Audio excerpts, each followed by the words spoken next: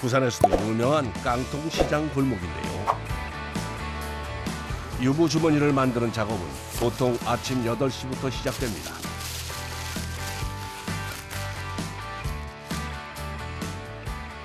유부 주머니를 만들기 위한 오늘 한 작업에 한 3,500개 정도 만드는 거죠. 아, 근데 그게 하루에 다 나가요? 그렇죠. 아, 부족하죠, 지금. 부족해요. 유부는 먼저 사전 작업을 해줘야 하는데요. 팔팔 끓여둔 간장 양념에 유부를 담가줍니다. 이렇게 유부 이제 아까 그 간장하고 소금하고 이렇게 넣은 게 간도 배고 뜨거운 물에 풀어줘야지 나중에 그 당면 같은 거 집어넣을 때 찢어지질 않아요. 간장 양념이 골고루 배인 유부는 건전에 식혀둡니다. 유부 주머니 3,000개 정도를 만들려면 속 재료 양도 만만치 않은데요. 주재료인 당면만 26kg이 들어갑니다.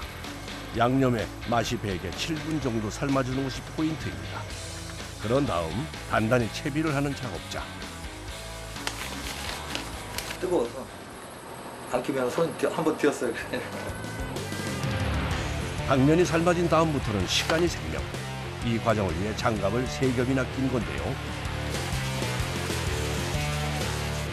뜨거워서 70도 가까이 되는 뜨거운 당면을 빠르게 펴주는 작업자.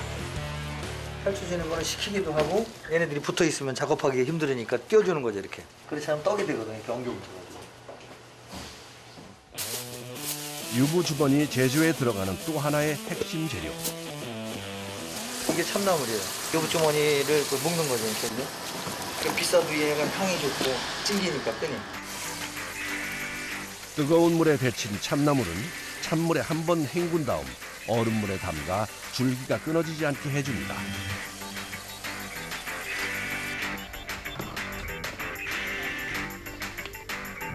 삶은 참나물은 하나씩 떼고 굵은 것은 묶기 좋도록 반으로 갈라줍니다. 이걸 고르는데 거의 1시간 정도 걸립니다. 안 골라놓으면 작업할 때 힘들어서 주머니 쌀 때 힘들어서 안 돼. 다 골라야 됩니다. 이렇게. 5명이서 해야 되니까 한 사람 앞에 한 500~600개씩 만들어야 되니까.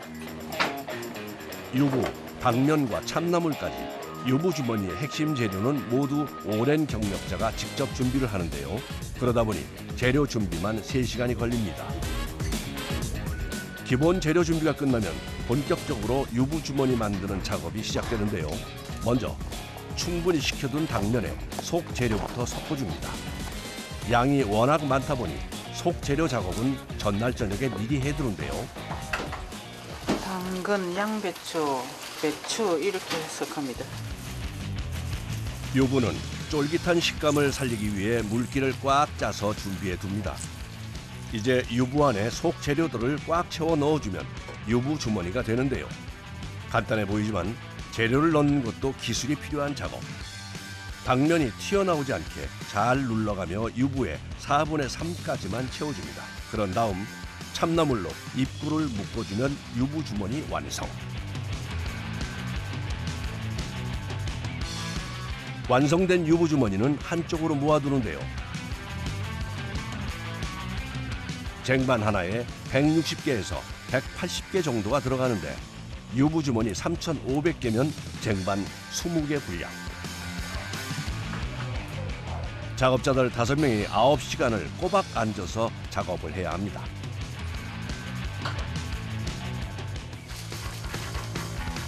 그 사이 한쪽에서는 또 다른 작업이 진행 중입니다. 모두 유부 주머니에 들어가는 재료들이라는데요. 특제 양념을 한 불고기와 매일 자갈치 시장에서 사오는 신선한 오징어입니다.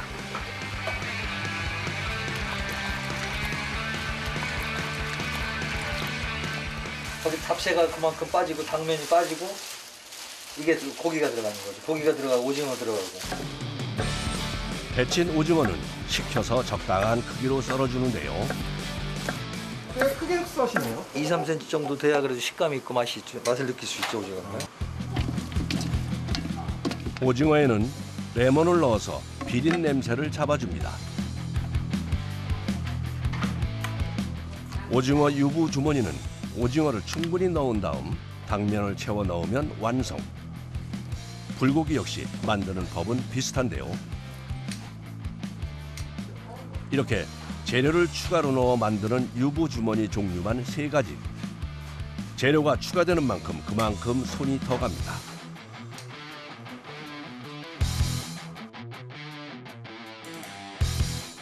작업이 시작되면 웬만해서는 자리에서 일어나지 않는 작업자들. 특히 작업 물량이 많은 겨울에는 일정에 맞추려면 쉴 짬도 없는데요. 아이고 내 배 좀 아이고 만세를 한번 불러야지.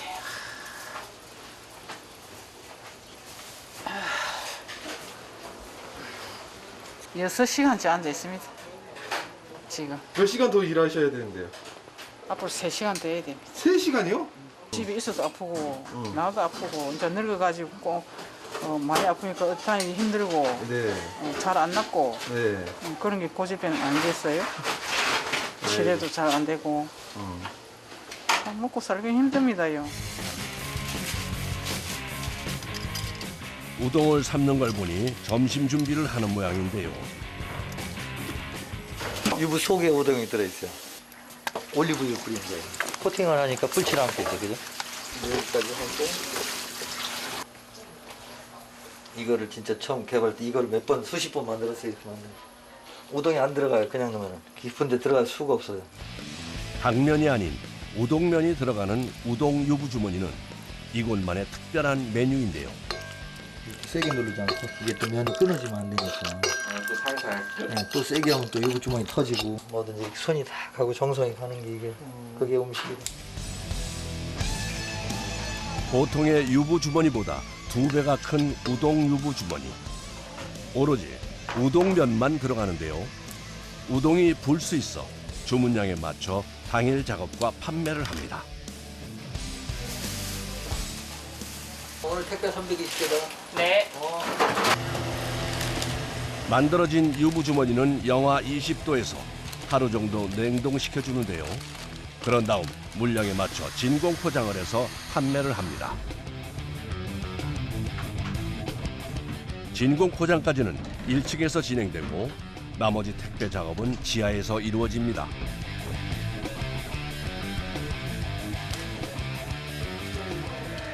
여기가 택배실이에요. 냉동 창고, 냉장 창고. 가게는 뭐 한 15평, 17평밖에 안 되죠. 95평 정도 되죠. 야, 가게에 비해 6배나 넘네요. 이곳에서 택배 작업부터 재료 보관까지 하고 있습니다. 올라갑니다. 겨울에는 주문량이 많아서 택배를 하루에 4차례나 나눠 보내고 있는데요. 택배 물량이 늘어난 건 반가운 일이지만 시장에서는 물건을 옮기는 것부터가 고되입니다. 갑시다. 갑시다. 시장이라는 특성상 거리의 폭이 좁아서 작은 수레로 물건을 옮겨야 하는데요. 잔뜩 물건을 쌓고 지나다니는 사람들을 피해 다니는 것이 힘이 듭니다. 경험 없이는 쉽지 않은 일. 시장 물건을 옮긴 지 4년째인 택배 기사에게는 고된 일입니다. 시장 특성상 이제 어쩔 수 없으니까 구루마로 이제 일일이 빼는데 이제 그게 힘들죠. 앞에 사람도 있고 이러니까 그 피해 댕겨야 되고. 해가 지고 깡통 시장에 밤이 찾아왔습니다. 야시장이 열리는 곳의 자리에 유부주머니 가게도 밤 장사를 준비하는데요. 멸치와 다시마를 넣고 우린 육수로 따끈한 국물을 만들고 유부주머니를 넣으면 장사 준비 완료. 뜨끈한 국물이 끓어오르면 기다렸다는 듯이 찾아오는 사람들. 추운 몸을 녹이려는 이들로 가득합니다.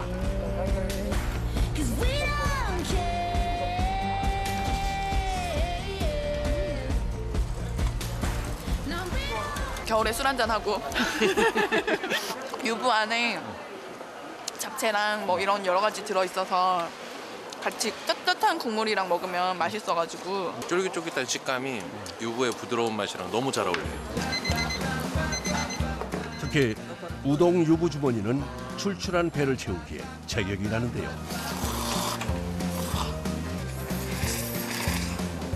추워가지고 너무 딱 맞는 음식인 것 같아요. 또 이렇게 유부도 먹고 우동도 먹을 수 있어 일석이조인 것 같습니다.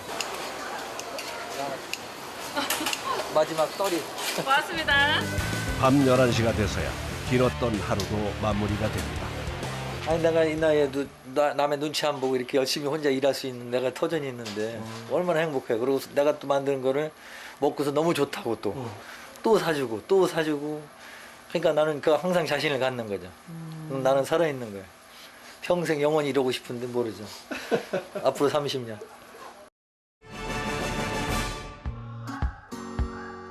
또 다른 겨울철 별미를 찾아간 곳은 부산 해운대.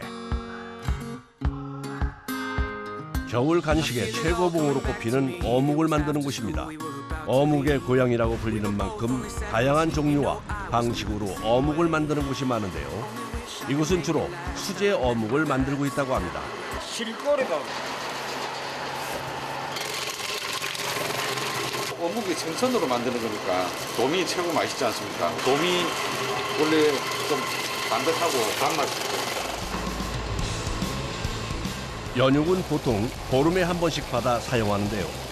어묵의 식감을 살리기 위해 살이 단단한 돔과 명태를 주로 쓰고 있습니다. 연육을 분쇄할 때 가장 중요한 것은 온도 때문에 이 얼음은 필수라고 합니다. 칼이 회전이 빠르기 때문에 열이 나거든요. 열이 나면 탈리기 없거든요. 찰지질 안 하다고. 반죽의 온도는 계절별로 조금 차이가 있는데요. 겨울철에는 보통 7, 8도 정도로 맞춰야 합니다. 전분 조금 들어가야지 탄력도 있고. 어묵의 연육 비율은 80% 정도. 전분을 넣은 다음부터는 반죽 상태를 살펴가며 섞어줍니다. 반죽을 그냥 하는 게 아니고 꼭 손에 민감한 그 감각을 갖다가 온도 차이도 있고 요 찰기도 보고 약간 뜨시도 안 되고 차와도 안 되니까는 그게 이제 노하우 아닙니까? 너무 많이 섞으면 딱딱하고 덜하면 찰기가 떨어져 식감이 좋지 않습니다. 어묵의 식감과 연결된 작업. 오직 30년 이상의 경력자만이 할 수 있는 작업입니다. 기계로 20분 정도 분쇄한 연육은 돌절구로 옮기는데요. 이게 돌절구입니다. 옛날에는 어묵을 이렇게 여기서 다 만들었거든요. 합작에서 다 갈아서 나오면 좋은데 그거보다는 좀 덜 갈리고 좀 식감이 살아있도록 하기 위해서 이렇게 절구에다가 이렇게 만든 거거든요. 그럼 두 번 작업하시는 거네요? 그렇죠. 예. 돌절구 역시 온도를 낮추는 작업을 해가며 30분 정도 반죽을 합니다.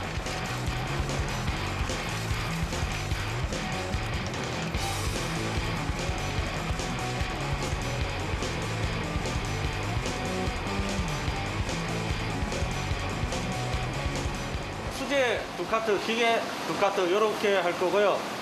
지금 백봉은 200개, 양파, 양배추는 150개 하고 사각은 400개씩 이렇게 하면 될 거고요. 저희가 지금 뭐 생산하는 거는 한 24종 정도, 1,500개 정도에서 한 2,000개 정도. 보통 작업은 아침 7시 반죽 준비부터 시작하는데요. 반죽이 되면 튀김 작업을 할 기계 세팅에 들어갑니다. 공정은 튀기고 기름 제거, 냉각까지 3단계로 이루어집니다. 예, 온도 다 올라왔습니다. 작업 시작하겠습니다. 어묵을 전체 사람이 손으로 다 만들 수는 없으니까요. 여기 사각 어묵 이런 것들은 손으로 하면 많이 못 뽑아요. 손으로 하는 거는 둥글게 말 수 있는 거. 보통 작업은 기계로 어묵을 만드는 것부터 시작하는데요.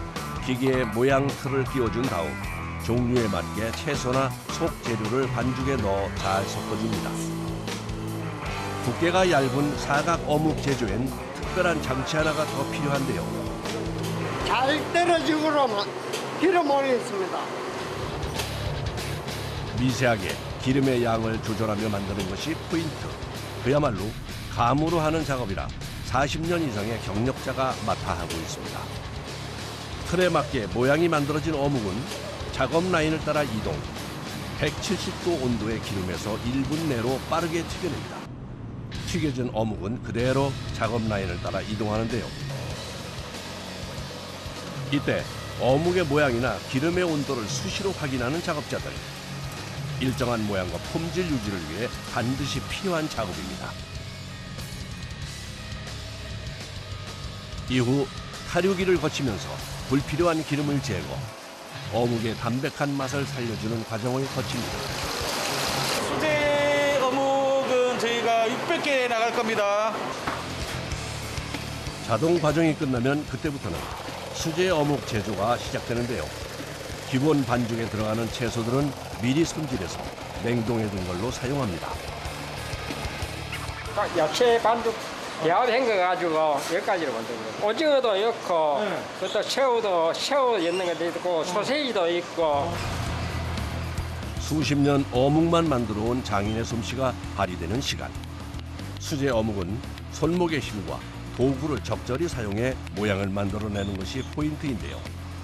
사람 손으로 만들었기 때문에 크기나 모양은 조금씩 다르지만 이건 역시 수제 어묵만의 매력입니다. 손님들의 입맛과 취향을 고려 보기 좋고 맛도 좋은 수제 어묵의 종류만 13종. 날치알.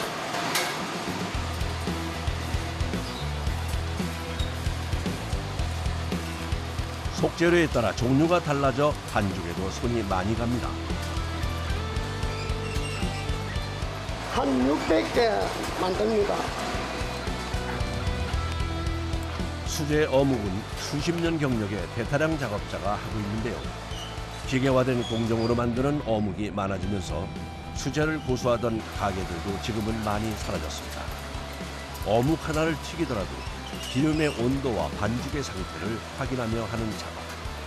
한 번 시작하면 작업이 끝날 때까지 쉴 짬조차 없는 고된 작업이기 때문입니다.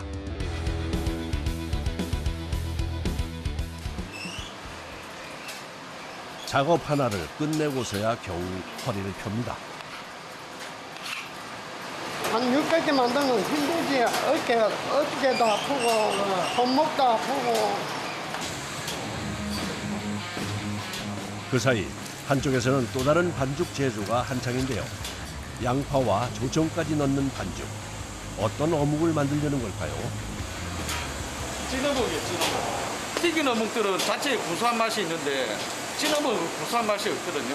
그걸 대신해서 약간 단맛을 주기 위해서 조청을. 쌀가루. 쌀가루. 기름에 튀기는 대신 증기에 쪄내는 찐 어묵. 반죽 재료부터가 다릅니다. 근데 쌀가루로 하면 찰기도 있으면서 뭐 담백한 맛이 있어서. 요 정도 못하면 150개 놓습니다. 찐 어묵은 가게에서 오래전 내려온 조리법인데요. 기름을 쓰지 않는 담백한 어묵을 만들기 위해 개발한 거라고 합니다. 찐 어묵 역시 작업자가 직접 하나하나 제조. 유부초밥을 만들듯이 유부 주머니 안에 연육을 꽉 채워서 만들어줍니다. 그야말로 손이 많이 가는 작업이라 하루에 만드는 양도 얼마 되지 않습니다.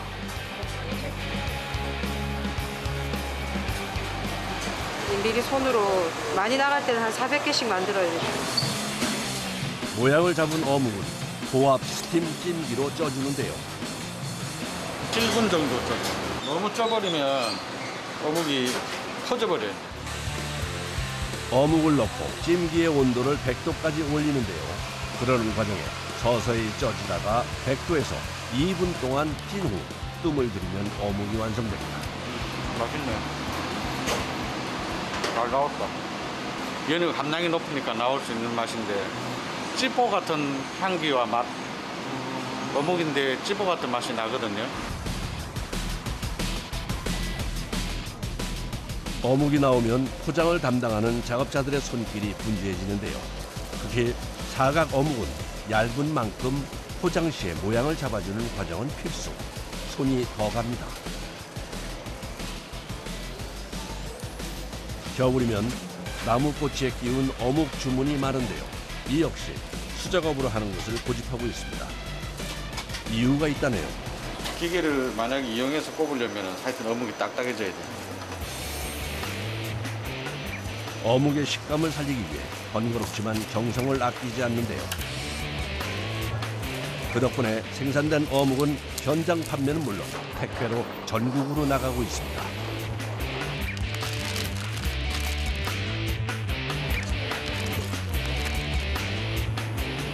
어묵은 아무래도 겨울이 성수기죠. 여름보다 겨울 매출이 한 두세 배, 세 배 정도 이렇게 차이가 나요. 겨울에는 따뜻한 국물을 많이 찾지 않습니까? 그래서 뭐 포장마차나 이런 데 아니면 길거리 가더라도 자판에 보면 또 어묵꼬지들 엄청나게 많이 팔고 뭐 스키장이라든지 이런 데 가도 거기 다 추우니까 따끈한 국물하고 어묵을 많이 찾으시거든요. 속을 따뜻하게 해줄 겨울 간식을 찾아 이번에는 충북 청주로 갔습니다. 전국 5대 전통시장 중 하나로 꼽히는 육거리 시장인데요. 이곳에 모락모락 김을 풍기며 사람들의 발길을 사로잡는 곳이 있습니다. 칼바람에 옷깃을 여미는 겨울이면 더욱 생각나는 간식 만두입니다.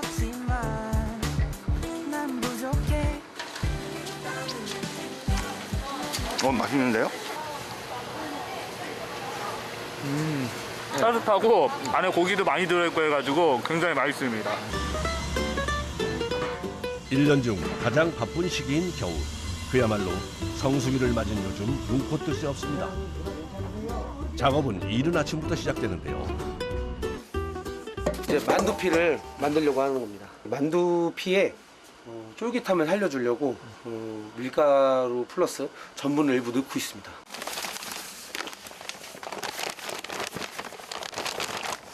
만두피 전용 밀가루가 나와서 써보긴 했지만 이 두 가지를 섞어서 쓰는 것보다 훨씬 맛도 덜하고 광택도 덜하고 쫄깃함도 덜해서 저희는 직접 배합해서 쓰고 있습니다. 쫄깃하고 탄력 있는 만두피를 만들기 위해 강력분과 중력분을 섞어 쓰는데요. 비율은 이곳만의 비법이라고 합니다.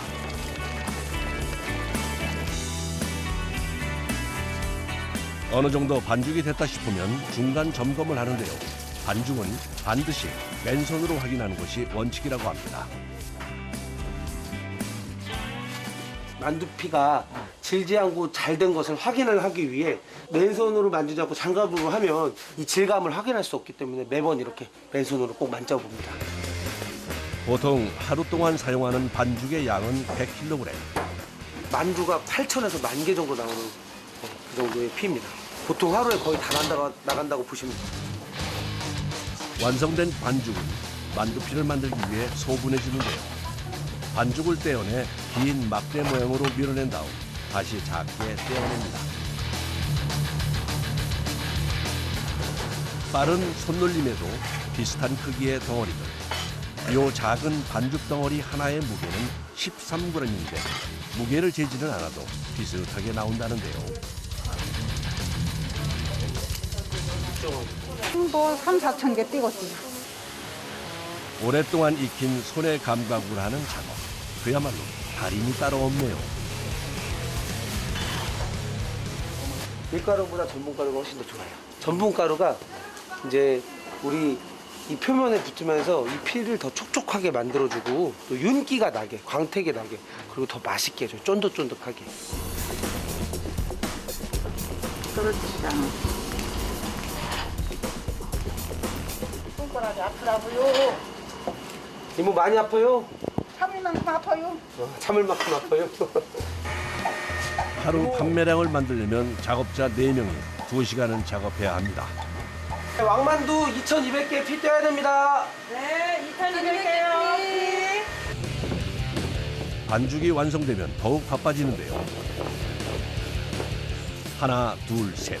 단 3번만 밀어 만두피 하나를 완성하는 작업자. 경력 1년, 365일. 만두피만 만들다 보니 노하우를 얻은 건데요.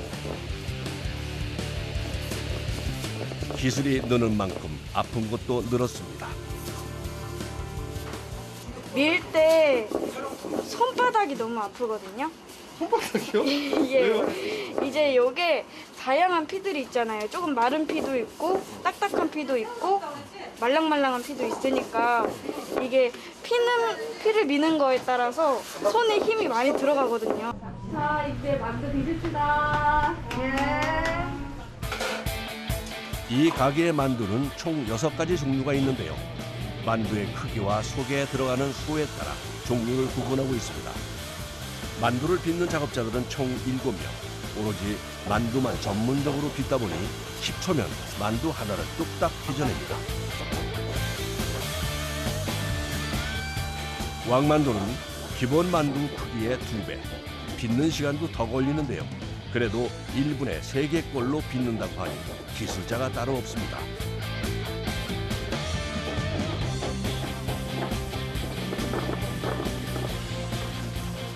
몇 초 만에 만두 하나를 뚝딱 만드는 작업자들에게도 까다로운 새우 왕만두. 새우 한 마리를 통째로 넣다 보니 손이 많이 갑니다.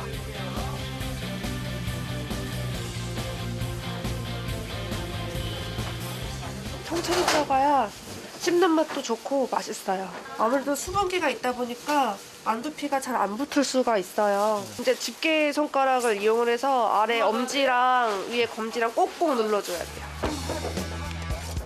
보통 일반 만두는 80개, 왕만두는 55개가 한 판인데요.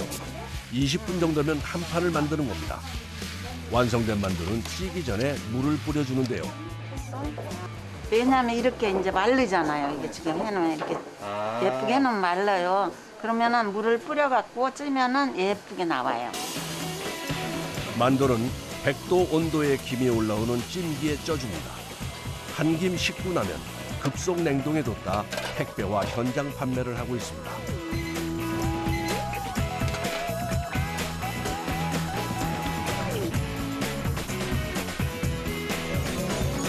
오후가 되면 가게 앞은 사람들로 북적입니다.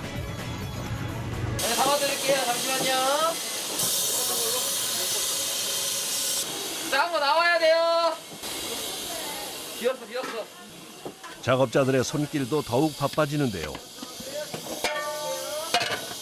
고기 속이 없어요. 작은 거부터 만들어주세요. 김치속 없어요. 김치속 만들어주세요. 지금 만두 속이 이제 거의 다 떨어졌어. 지금 속 준비하러 빨리 먼저 가. 지금 먼저 갈까요? 지금 빨리 준비하러 가. 네. 준비 작업은 가게 옆에 있는 작업실에서 하는데요. 가장 먼저 손질하는 것이 무말랭이, 만두의 핵심 재료입니다.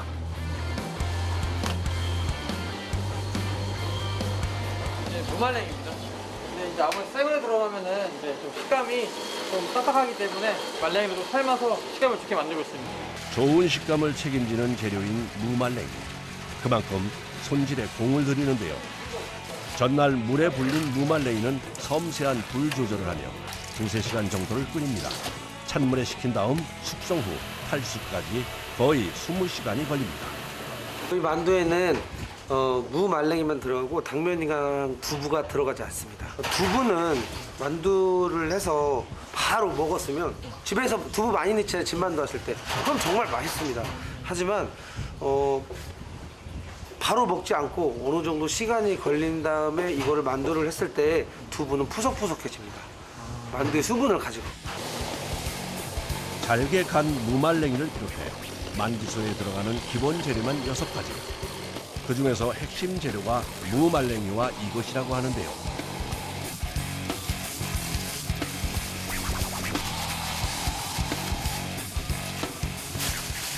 지방 부분입니다. 고기만 하면 살코기만 들어가서 너무 퍽퍽할 수 있어요. 그런 냄새들을 조금 이렇게 잡아줄 수 있는 향신료입니다.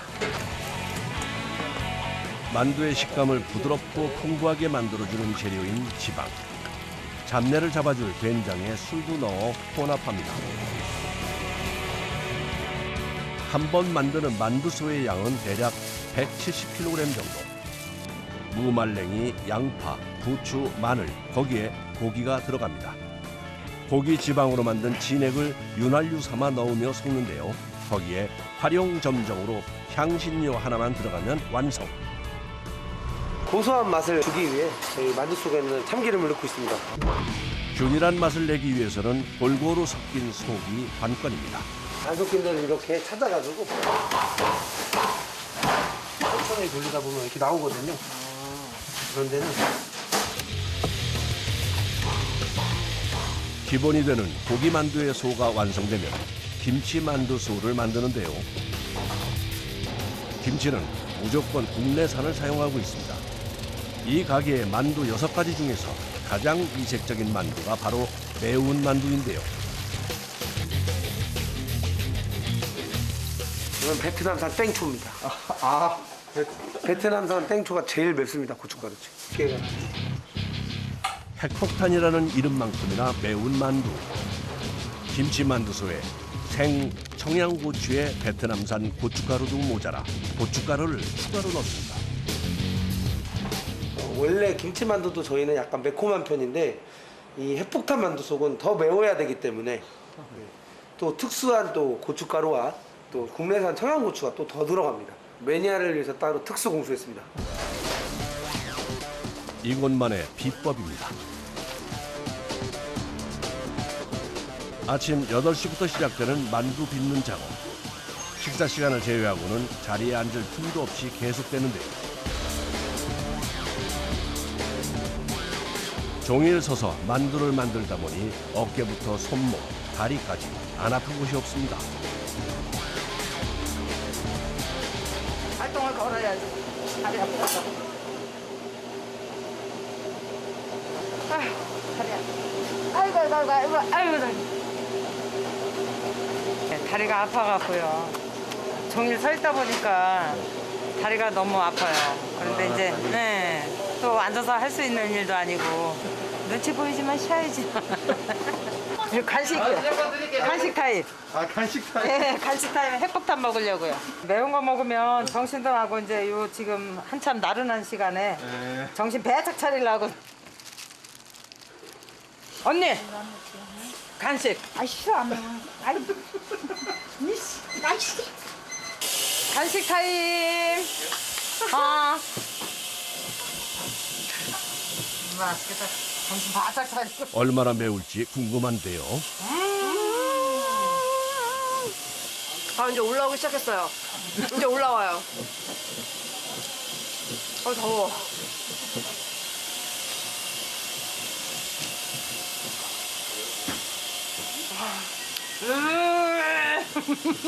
올라오니까.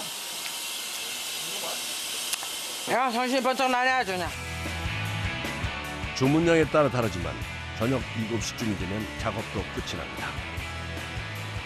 이제 그만 싸고 끝내자고요. 알았어, 언니. 몸은 고되지만 다음 날 작업을 위해 깨끗하게 뒷정리를 합니다. 손님들이 맛있게 먹어주셔서 기분 좋습니다. 그래서 자부심을 느끼고 있어요. 일 열심히 하고 있습니다. 호호 불어 먹어야 제맛인 겨울의 대표 간식 찐빵. 달큰한 팥소의 맛을 찾아 강원도 횡성으로 왔습니다. 오늘 이제 1000박스가 나와야 되니까 그 지금 밀가루 1000박스에 대한 밀가루를 지금 저 대차 가져와서 싣고 아직 해도 들지 않는 시간에 작업이 시작되는데요. 20개씩 넣어서 찐빵을 20개씩 넣어서 1000박스가 되는 거예요. 2만 개죠. 3일 정도 걸립니다. 3일. 팥을 세척하는 것으로 작업이 시작되는데요. 한 번에 세척하는 양만 80kg. 과거에는 일일이 손으로 했지만 지금은 세척기로 씻어냅니다. 깨끗정물이 나오잖아요. 깨끗정물. 그러네요. 팥이 투명하게 보일 때까지 씻는 거예요. 깨끗하게. 세척기에서 20여 분간 팥을 닦아주면 1차 세척 완료. 씻어낸 팥은 물기를 뺀 다음 불순물을 거르는 작업을 거치는데요. 이 과정만큼은 옛날 방식 그대로 하고 있습니다. 도구 역시 50년 전부터 사용하던 것입니다. 이거는 조리고. 조리요? 예, 이게 조리고. 예. 이건 이제 팥인데 이렇게 씻어가지고 요 밑에 이제 모래가 있는 걸 모래 건드는 거예요. 옛날에는 집집마다 있던 조리. 이제는 사용하는 것도 많지 않습니다. 예, 안 나와요. 이게 없을 때 한 조리 한 20개 정도 나와요. 불순물까지 완전히 걸러낸 팥은 삶아주는데요. 이때 들어가는 것은 소금과 설탕 그리고 물뿌리. 그 비율은 50년 전통 가게의 비법이라고 하는데요. 팥과 재료들을 잘 섞어서 1시간 정도 삶아줍니다.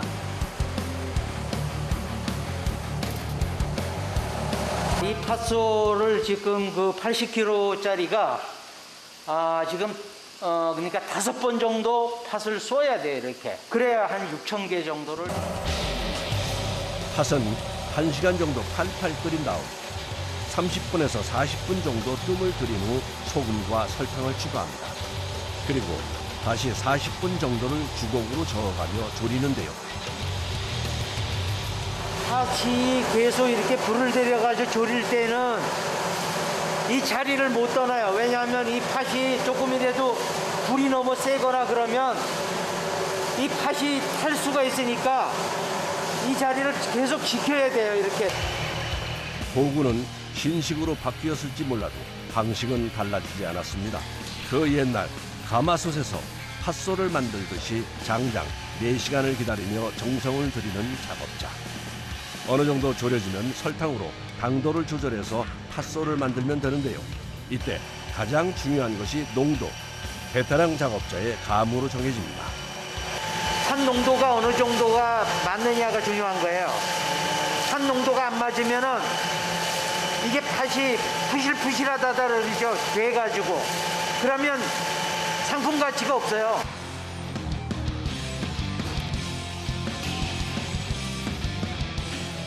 떨어지는 게 아까하고 다르죠? 이게 이제 응고가 돼가는 상태인데 이 농도가 지금 맞았다는 얘기예요. 완성된 팥소는 소분해서 하루 정도 식힌 후 사용합니다. 팥소 작업이 끝날 때쯤이면 반죽 준비에 나서는데요. 빵 부풀어 오르는 역할을 해주는 거, 이스트에. 이스트 외에도 찐빵의 식감과 맛을 살리기 위한 특별한 재료가 들어갑니다. 막걸리가 들어가면 반죽이 좀 더 쫄깃하고 더 감칠맛이 납니다. 찐빵 반죽의 베이스는 밀가루인데요. 거기에 이스트와 막걸리, 설탕, 밀가루 무게의 10% 정도의 쌀가루를 섞어줍니다. 부드러운 맛하고 소화도 잘 되고 이런 역할을 해주거든요. 이게 그래가지고 쌀가루를 저희는 사용을 하고 있습니다. 하루에 사용하는 반죽만 120kg. 요즘은 30kg 정도 더 만들고 있는데요. 그만큼 작업량도 늘었습니다. 반죽은 찐빵 하나 크기로 떼어 놓는데요.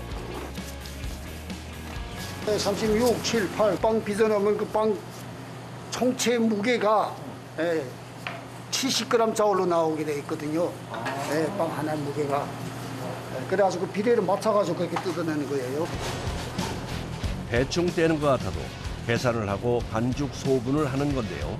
이렇게 해둬야 작업 속도도 빨라집니다. 반죽이 준비되자 찐빵 빚기에 돌입하는 작업자들.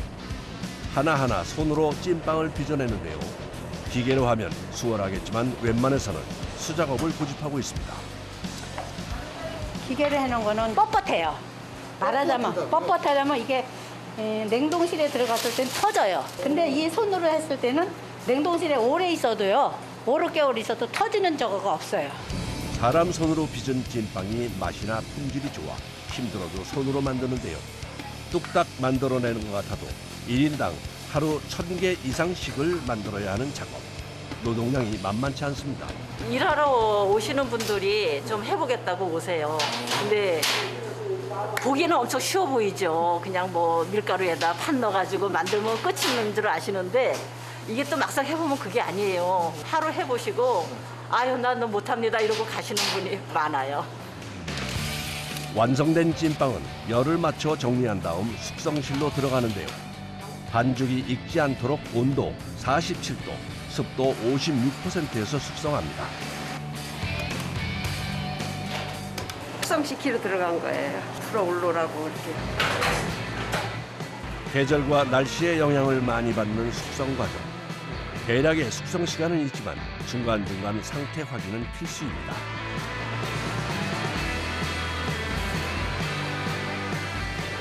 확인 안 하면 너무 퍼지죠. 그럼 빵이 말랑말랑해가지고 못 쓰죠. 그러니까 눈으로 보고서는 빼야 돼요. 그 어느 정도라고 말할 수는 없어요. 그냥 경험으로 나오는 거예요? 예, 경험으로요. 보통 숙성 과정을 통해서 찐빵 본래 크기의 3분의 2까지 부풀어 오르도록 하는데요. 그 크기를 정확히 포착하는 것은 숙련공의 예리한 눈썰미 때문에 숙성 과정은 10년 이상의 숙련공이 맡아 하고 있습니다. 숙성을 마친 찐빵은 36도의 온풍으로 말려주는데요. 이 과정까지 거쳐야 찐빵 모양이 완성됩니다. 요 빵이 요 조그맣잖아요. 거기 오돌부돌하잖아요. 근데 요거 건조를 시키면 요렇게 빵도 되게 예뻐져요. 울퉁불퉁하고 펴진다는 말씀. 예, 펴져요. 이야, 정말 팽팽하게 잘 펴졌네요. 두 번의 숙성 과정을 거쳐 모양이 완성된 찐빵. 참 손이 많이 가는 간식이네요. 이제 찜기에 들어가는 거예요. 13분에서 15분 사이요. 왜 시간이 좀 그렇게 달라요? 아, 뜸 들이는 시간까지 15분 정도. 수십 명의 작업자들이 새벽부터 정성으로 빚어낸 찐빵. 드디어 그 모습을 드러냅니다. 아기 엉덩이 마냥 통통한 것이 모양도 참 예쁜데요.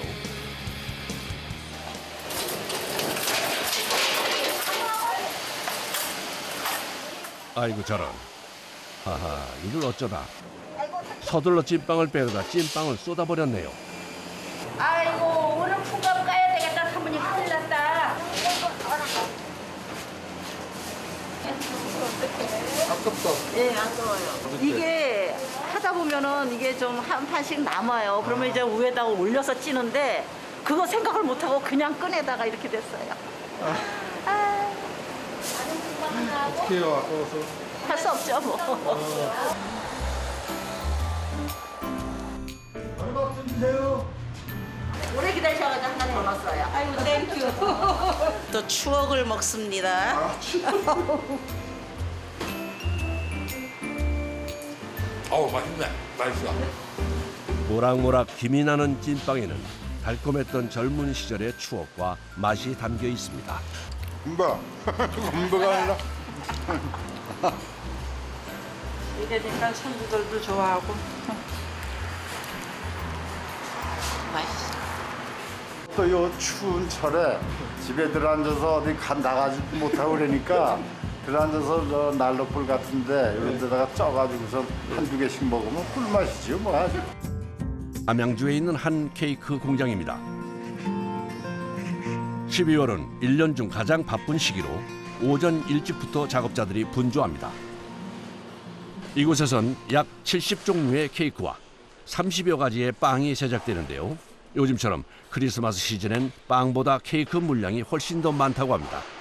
케이크는 대부분의 제작 과정이 수공으로 이루어져 하루 종일 눈코 뜰 새 없이 바쁩니다. 특히 올해는 코로나19 영향으로 홈파티의 인기가 증가하면서 케이크 주문량이 급증했다고 합니다. 하루에 한 200개에서 250개 정도 만들고 있습니다. 조각으로 따지면 한 2,500조각 정도 됩니다. 크리스마스고 해서 12월 달에는 바쁩니다. 요즘 같은 시기엔 매일 밀려 들어오는 주문량을 맞추기 위해 온종일 속도전을 치러야 합니다. 이번에 만드는 것은 매번 주문량 베스트 3 안에 드는 인기 메뉴 티라미슈입니다. 작업자가 케이크 틀에 뜨거운 불을 대고 있는 이유는 냉동된 케이크의 옆면을 살짝 녹여주면 틀과 분리하는 것이 쉬워서라고 하네요.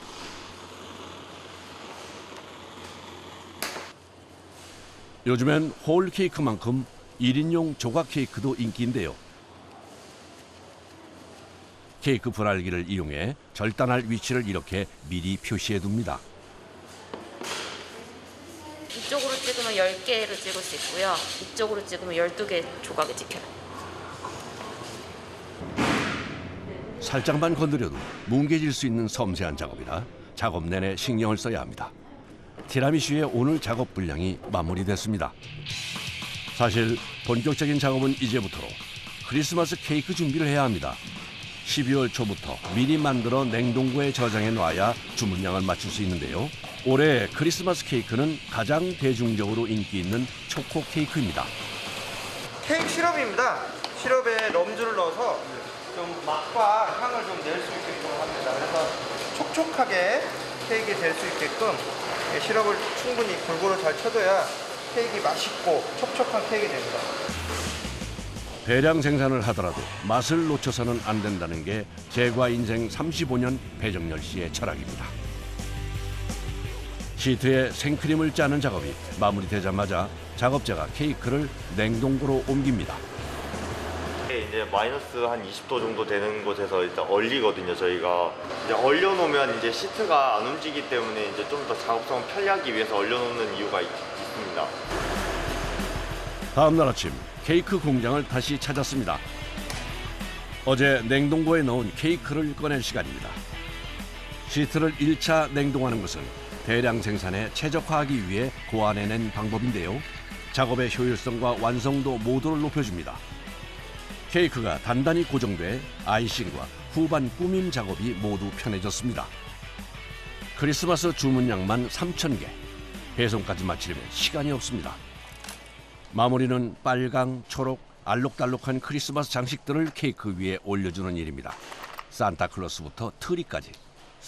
전 먹지도 않았는데 보기만 해도 설레는 것 같네요.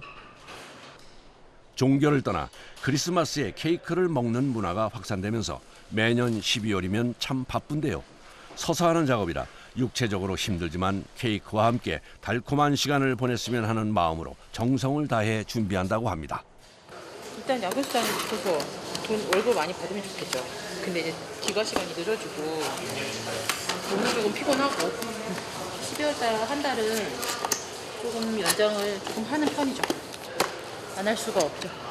12월 한 달이 제일 바쁘신 거네요. 1년 중에 12월이 제일 바빠요. 누군가의 행복한 크리스마스를 위해 고되지만 보람찬 시간입니다. 완성된 크리스마스 케이크는 냉동고에 보관합니다. 그리고 배송 날짜에 맞춰 전국 각지로 출고된다고 합니다. 이번에 만들 빵은 고소하고 부드러운 우유 맛이 매력적인 생크림 롤 케이크입니다. 첫 작업은 체에 밀가루를 걸러내는 일입니다.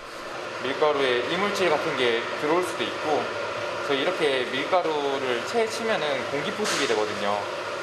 그래서 밀가루 성질이 더 좋아지죠. 1차 반죽은 기계가 하지만 2차 반죽은 직접 손으로 합니다. 20kg이 넘는 반죽을 힘들게 손으로 섞는 이유가 있다고 하네요.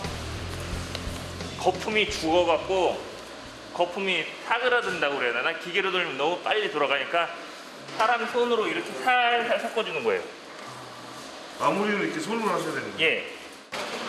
그래야지 구석구석 기계가 안 닿는 데까지 반죽을 잘 섞을 수 있거든요. 기계를 쓴다고 해도 손으로 하는 작업이 많아 손이 쉴 새가 없습니다. 오늘은 쌉싸래한 차향이 매력적인 녹차 생크림 롤 케이크를 만드는 날입니다. 반죽을 판에 고르게 펼치는 게 생각보다 중요한데요. 시트면이 울퉁불퉁하면 크림을 얹을 때 불편하고 모양도 예쁘게 나오지 않습니다. 장갑을 끼고 하시네요? 그쵸. 두 겹씩? 이게 한쪽은 3개, 한쪽은 2개. 이중팬 열기, 얘네 열기. 손이 너무 뜨거워요. 그래서 손이 맨날 저리거든요. 그래서 3개에 2개씩 껴요. 오른손 많이 쓰니까 오른손은 3개. 뜨거운 오븐에서 빵을 꺼내고 넣다 보면 화상을 입는 일이 부지기수입니다. 공장 내부는 한겨울에도 오븐 열기로 32도에 육박합니다. 그런데 오븐의 온도를 보니 윗부분과 아랫부분의 온도가 무려 30도 가까이 차이 납니다. 무슨 문제가 있는 건 아닐까요? 아랫불이랑 윗불이랑 온도 차이가 많이 나네요. 그쵸. 이게 보시면 위에는 좀 까맣고 색깔이 다르거든요. 윗면은 색깔이 이렇게 곱게 나와야 되고 얘가 롤 버든면이거든요. 근데 대신 이 속면은 이렇게 타면 질감도 안 맛있고 색깔이 안 이쁘거든요. 안에는 밑에는 색깔이 나지 않기 위해서 밑에 불은 좀 약하게, 위에 불은 조금 세게. 겉부분은 시각적으로 맛있어 보이게 색을 진하게 낸다고 합니다. 생크림 롤 케이크는 시트를 굽는 것도 중요하지만 생크림을 어떻게 마느냐가 더 관건입니다. 그만큼 크림을 마는 과정이 까다롭고 힘들다는 건데요. 정확한 크림의 양을 올리는 것부터가 노하우가 필요한 작업입니다. 크림의 양도 많고 조금만 힘을 주면 크림이 무너질 수도 있어 숙련된 작업자가 아니면 굉장히 분량이 많이 나오는 공정이기도 합니다. 크림 바르는 게 중요해요. 크림을 얼만큼 일정하게 바르냐가 롤 마는 거의 관건이라고 할 수 있죠. 시트 밑에 투명 비닐을 깔고 그 아래 면포를 깝니다. 그리고 밀대로 면포를 이불 덮듯 사뿐히 밀어 말아줍니다.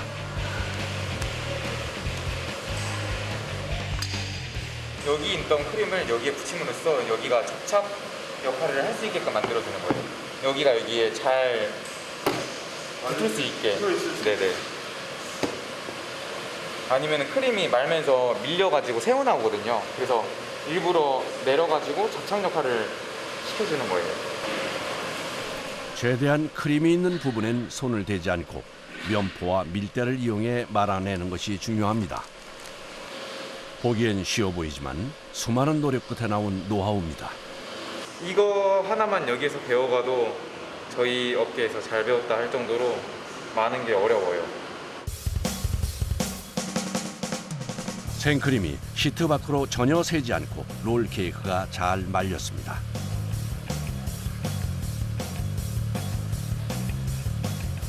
작업자들의 노력으로 어느새 조리대 위가 녹차 생크림 롤 케이크로 가득 찼습니다. 모양이 예뻐지. 이렇게 손으로 만져주는 거예요. 길게. 이렇게 되면 상품성이 없어지는 거예요. 이런 건 이제 이렇게 자르고 다른 거만 쓰는 거죠. 마지막으로 크림을 양쪽 끝에 평평하게 채워주면 완성입니다. 완성된 롤 케이크는 4cm 두께로 잘라 포장한 후 출고되는데요. 그 전에 냉각 과정을 거쳐야 합니다. 롤을 만들고 바로 썰 수가 없고 얼렸다가 썰어야 롤의 형태가 무너지지 않기 때문에 한번 얼린 다음에 썰어서 이틀 정도는 냉동을 시켜야 땅땅하게 옵니다. 그 이후에 이제 코팅을 하시는 거예요? 네네, 이제 이후에 썰고 포장해가지고 보내는 거죠. 이번에 만들 제품은 특히 여성들에게 인기 있는 프랑스 대표 디저트 에클레어입니다. 슈크림과 비슷하지만 길쭉한 슈에 크림을 넣고 표면에 초콜릿 등 다양한 재료를 더딥히기 때문에 슈크림보다는 다채로운 맛과 형태를 보이는 것이 특징입니다. 먼저 길쭉한 모양으로 에클레어 반죽을 짠 후에 고소한 맛과 바삭한 식감을 주기 위해 표면에 잘게 자른 아몬드를 꼼꼼히 묻혀줍니다. 맛이 없을 수 없죠. 안에 크림까지. 이게 안 떨어지네요. 근데 나중에 굽고 이거 어떻게 떼세요? 얘네가 구워지면 철판에서 딱 떨어져요.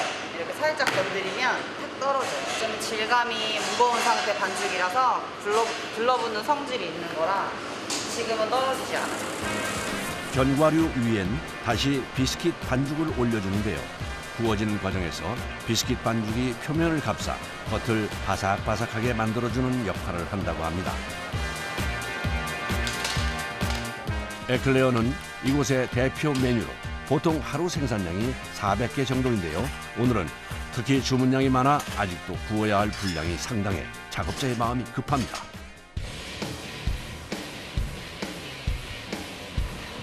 드디어 에클레어를 넣은 오븐이 돌아가기 시작합니다. 그런데 작업자가 갑자기 온도를 내립니다. 220도에서 높은 온도에서 팽창을 시켰거든요. 여기 에클레어를. 그래서 얘네가 팽창이 됐으니까 이제 낮은 온도에서 오래 구워가지고 색깔을 내게 속 안에까지 잘 익을 수 있게 만들어주는 작업을 하려고 온도를 낮춰가지고 좀 더 굽습니다. 온도를 2단계로 바꿔가며 구워야 제대로 된 에클레어가 만들어진다고 합니다. 그런데 배타량 작업자가 오븐 앞을 떠나지 못하고 서성입니다.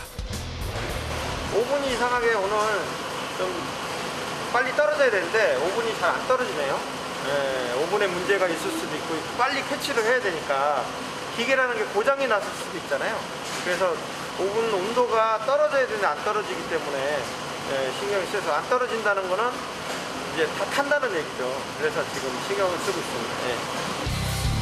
한 번 구울 때 오븐에 들어가는 에클레어 개수는 240개. 잘못하면 전부를 버릴 수도 있어 신중히 살펴야 합니다. 과연 제대로 구워졌을까요? 내내 오븐 앞을 지키고 있던 작업자가 에클레어를 꺼냅니다. 아, 제가 보기엔 괜찮은 것 같은데 어떤가요? 어느 정도는 괜찮은데요. 조금은 더 잘 나왔으면 좋았죠. 앞으로 마음에 들진 않으시나 봐요. 네, 그렇습니다. 제 눈엔 맛있어 보이는데 베테랑 작업자의 눈엔 차지 않는 듯합니다. 금방 구워진 빵을 잘라 보여주는 작업자. 좀 비어있는 데도 있네요. 예, 여기에 또 이 얇은 막이 돼 있어서 그렇지 안에는 비어 있습니다. 여기에 이제 크림이 들어가는 거죠. 물하고 버터를 끓여가지고 밀가루를 투입을 하는데 밀가루가 완전히 익어야 돼요. 밀가루가 완전히 익어야지만이 오븐에서 볼륨도 있고 구멍이 뻥 뚫리는 거예요. 작업자가 쟁반에서 에클레어를 골라냅니다. 작거나 좀 진한 거는 빼요. 네, 얘들은 괜찮아요. 상품성이 없는 거는 다 빼야 돼요. 오늘 조금 완전한 제품을 드셔야 되는데 이 뭐 좀 아깝다고 해가지고 이걸 판매를 한다는 거는 말이 좀 안 되는 것 같아서 저희 같은 경우는 최선을 다해서 품질적으로 좋게 만들도록 노력하고 있습니다. 에클레어는 다른 빵에 비해 손이 많이 가고 만드는 과정도 꽤 까다롭습니다. 마지막 공정은 구워진 빵의 뒷면에 일일이 구멍을 뚫는 작업입니다.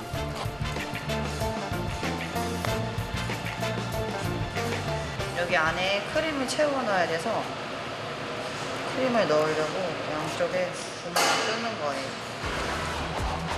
에클레어에 들어가는 크림은 크림치즈와 요구르트, 머랭이 들어간 생크림입니다. 작업자가 마무리 작업에 속도를 냅니다. 완성된 에클레어는 하루 동안 냉동 후 포장을 끝내면 바로 출고됩니다. 12월에는 크리스마스 시즌이기 때문에 저희 이제 베이커리 종사자나 저희 업계 같은 경우는 대단히 바쁘죠. 그래서 태행량도 늘어나고 주문량도 늘어나고 직원들하고 같이 이렇게 먹고 산다고 해야 될까요? 이제 같이 성장하는 게 저는 제일 바람직하다고 생각합니다.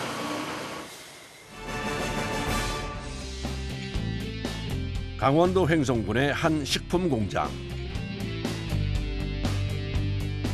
이곳은 옛날 핫도그와 감자 핫도그 등 약 20여 종류의 다양한 핫도그를 만들어내는 공장입니다. 오늘은 평소 주문량이 가장 많은 주력 상품, 옛날 핫도그의 생산이 있는 날입니다. 하루 한 6,500개는 6,000개요? 네, 6,500개에서 600개. 잘하면 7,000개 넘어. 7,000개 넘게도 왔어요? 네, 그때도 많이 그렇게 해도 해내 따라 틀려요. 지금 만드시려면 힘드실 것 같아요. 아니 뭐 맨날 하는 일인데요 뭐. 핫도그는 작업자가 소시지 꼬치에 밀가루와 튀김가루를 입혀 기름에 넣으면 튀김기가 순환되면서 오븐에서 7분 동안 튀겨져 나오고 완성된 핫도그를 다시 사람이 정리하는 방법으로 만들어집니다. 그럼 하나 만드는데 시간이 얼마나 걸리나 확인해 볼까요? 5초면 뚝딱입니다. 튀김실에 있는 작업자 대부분이 적게는 10년에서 20년 가까이 하신 분들이다 보니 모두 핫도그의 달인들이십니다. 이게 그냥 처음에는 사람이 주머니 줄줄 흘러 이렇게 되다 보면 이게 흘리지 말아야 돼. 그냥 빨리.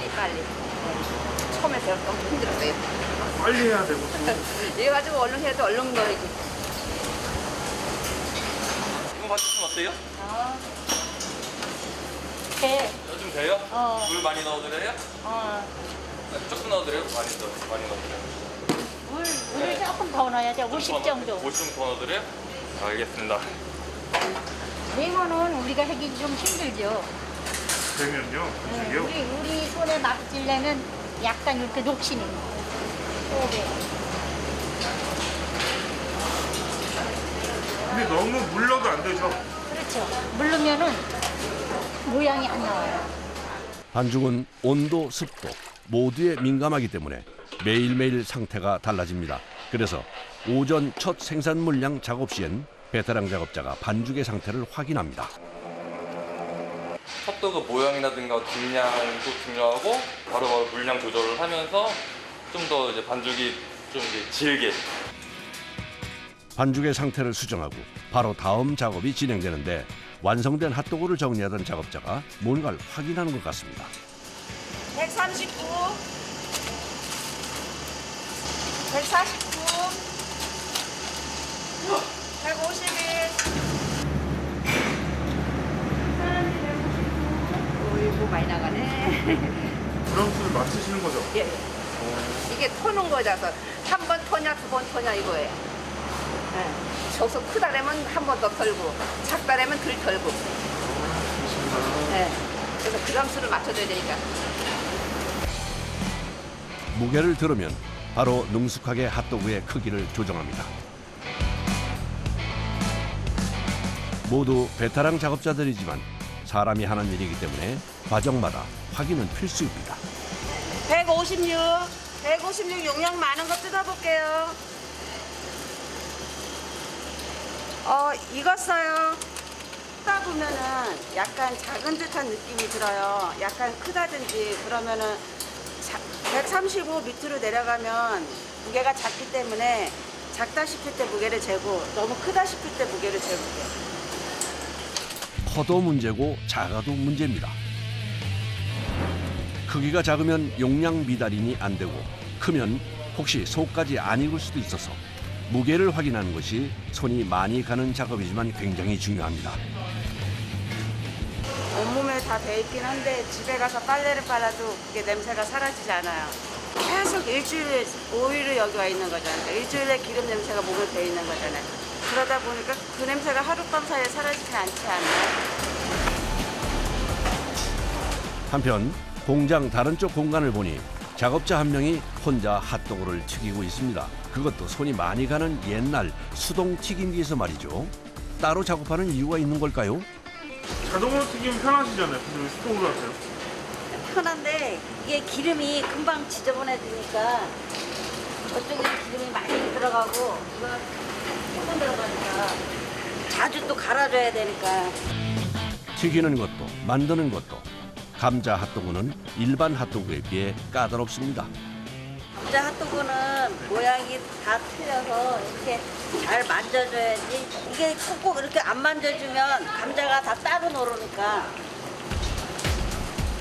손으로 꼼꼼히 만져줘야 해서 시간이 꽤 많이 걸립니다. 튀기는 것도 쉽지 않은데요.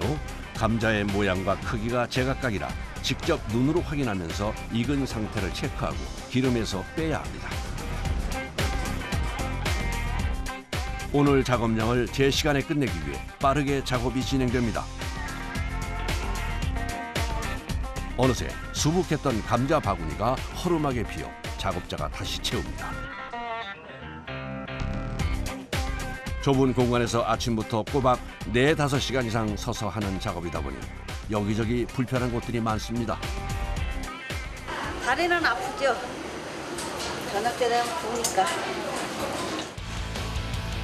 오후 작업 물량이 모자라 작업자들이 급하게 감자 손질 작업에 들어갔습니다. 일반 감자는 잘라서 오는데 이건 양념해서 온 거거든요. 그래서 잘라줘야 돼요. 핫도그는 그야말로 국민 간식으로 어디서나 쉽게 먹을 수 있는데요. 만드는 과정은 결코 쉽지 않습니다. 하나부터 10까지 모두 사람 손이 가야 완성된다고 해도 과언이 아닙니다. 발로 가가지고 자르기 힘든 거예요.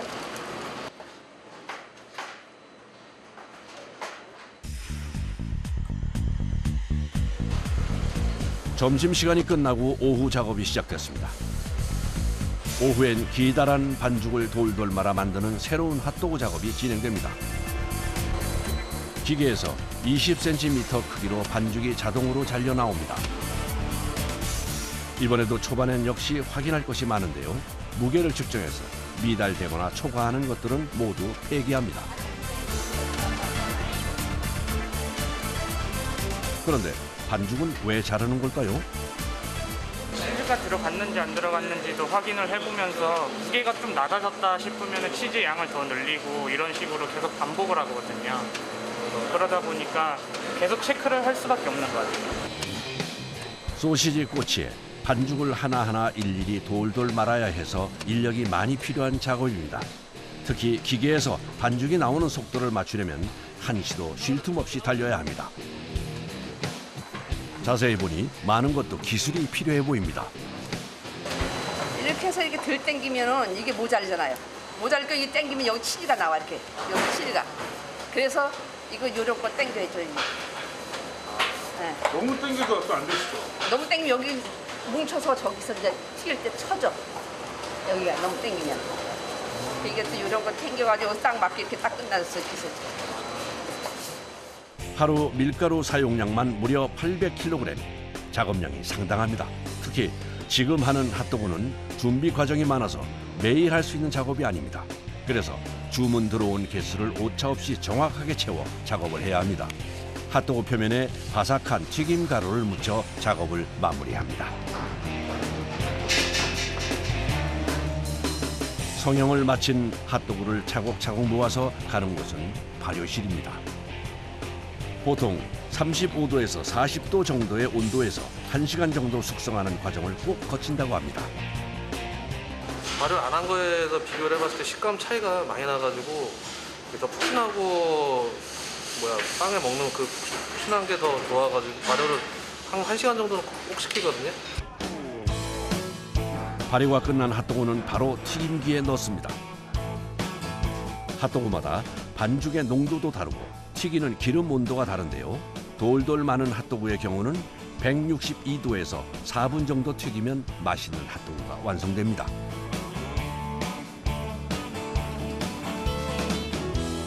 반죽에 치즈가 들어있어 고소한 맛이 일품이라고 합니다. 거의 7,000개 정도. 한 사람이 7,000개면 여기 14,000개 정도. 여기 하나에 7,000개, 14,000개 정도. 네. 완성된 핫도그는 급냉실로 가기 전에 먼저 냉각실로 들어갑니다.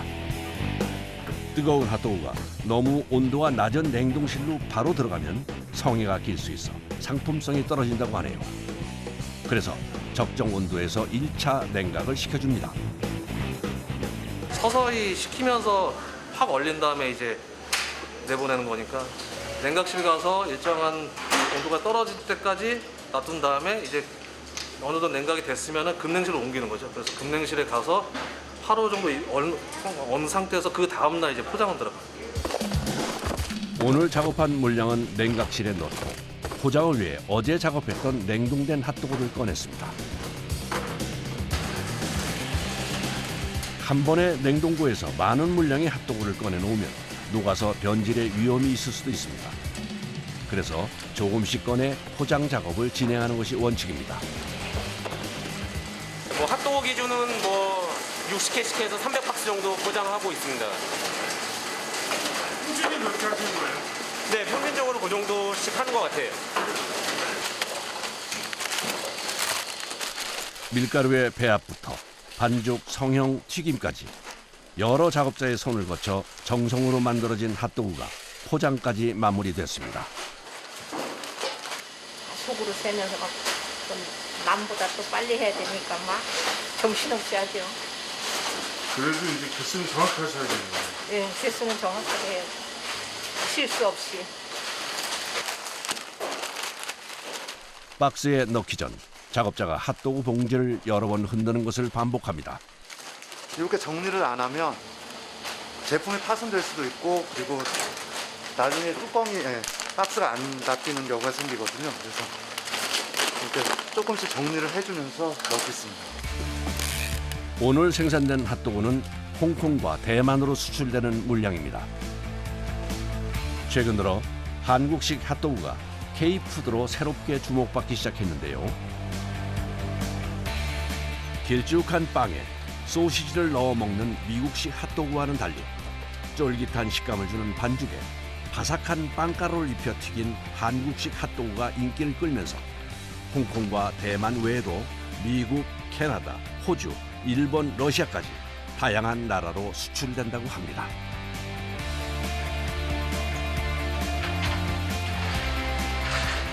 우리 직원들이 되게 고생해서 열심히 되게 만들었어요. 그런데 이거 이렇게 나간 것들을 소비자분들께서 맛있게 드셔갖고 아 참 우리 거 맛있다, 다시 또 사 먹고 싶다 이런 얘기가 들렸으면은 솔직히 좋겠어요.